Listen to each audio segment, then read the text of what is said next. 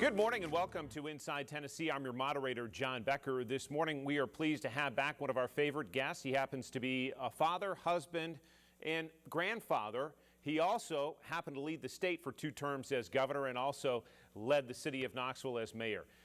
Governor Bill Haslam is back with us. We're appreciative of your time, Governor, and you've added author to that resume. That's why we have you on. We'll get to that in a moment.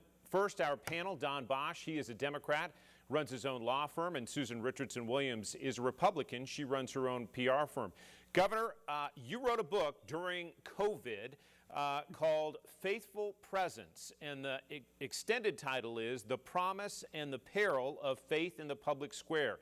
It's available right now, has been since late May. Let's start with the title, Governor. What do you hope that communicates to people who read this book?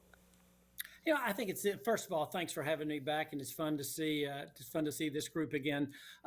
You know, it's no big secret to anybody in the country that we're divided, and some would feel hopelessly divided.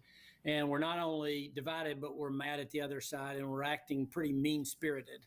And I think one of the things that struck me during the time I was in office was that people of faith don't act any different than everyone else. And as a matter of fact, sometimes we act worse. And if there's anything that's kind of clear in Scripture, it's this call to be different. And so while we're sitting around wringing our hands about what's going to happen next, what do we need to do as a country to keep from going down the tubes? And as like I said, everybody frets about the dramatic changes in the country. I thought I'd say, as people of faith, maybe we should start ourselves and look at the way that we act. Kind of the whole, you know, start with the log in your eye before you deal with the speck in someone else's eye. The other thing that really struck me reading it, Governor, is that doesn't mean dismiss politics. You are calling on people to engage. Yeah, just the opposite. Listen, I think all this is really important.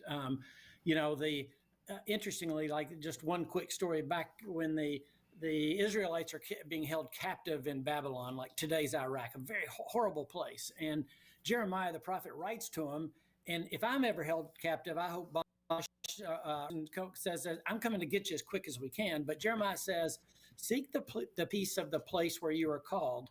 You know, plant gardens, build houses, marry your children. What happens in this world around us that we've been called to really matters. And I think rather than disengage from the public square, my urging is actually engage, but do it in the right way. Susan? Yeah, I read your book, by the way, and I really enjoyed it. Got to look at some insight into what you went through while you were governor and how you made decisions, which I thought was really interesting. One of the things that I really struck me was you said most of us read the news to gain ammunition and not information. I'd like to hear your perspective on that and why you think that is true. Well, most of us watch the news to have somebody tell us that what we think is right. You know, we want somebody to confirm, confirmation bias, the famous term. We want somebody to confirm that what I think is actually right on target. And so we listen to the news, and if we don't like it, we change the channel. If we do like it, we say, yeah, I told you. And the unfortunate reality in today's world is we can choose our news, right? I can, from way right on the political spectrum, I can pick wherever I want to get my news. And very few of us are coming into it saying, this feels like a complex problem. I want to understand better. So I'm going to try to learn and gather all the information I can. Instead, we're looking for something that we fire back on Twitter, or we can send an email rejoinder to the person who works with us who has a different view of politics. Hello. Sorry about that. Go ahead. Susan, I'm sorry. It's the current governor calling Susan.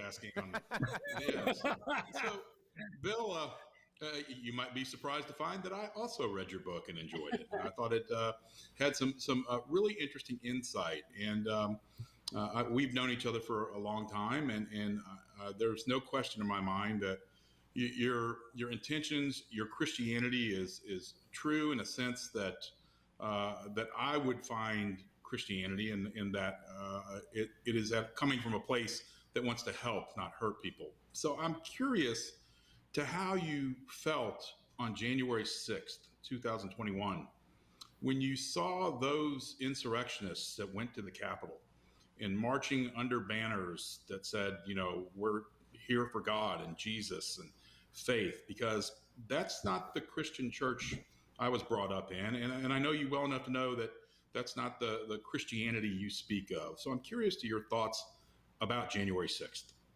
Yeah, so I was bothered on a number of levels. One of the realities, it speaks a little bit to Susan's question of we get news for ammunition, not for information, is all of us are so convinced that we're right.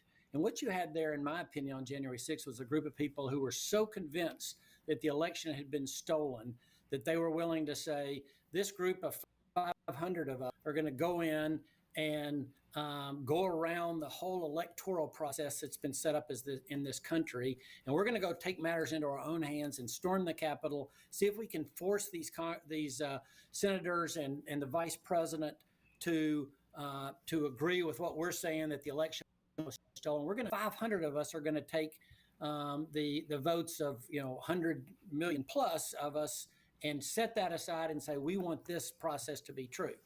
And any of us who care about democracy and see America as being the place that is as flawed as we are, is still the best country, should be concerned when we let a small group of people say we're going to undertake the process for ourselves. We're going to take a quick break on it. Sure. Don, we'll take a quick break and come back.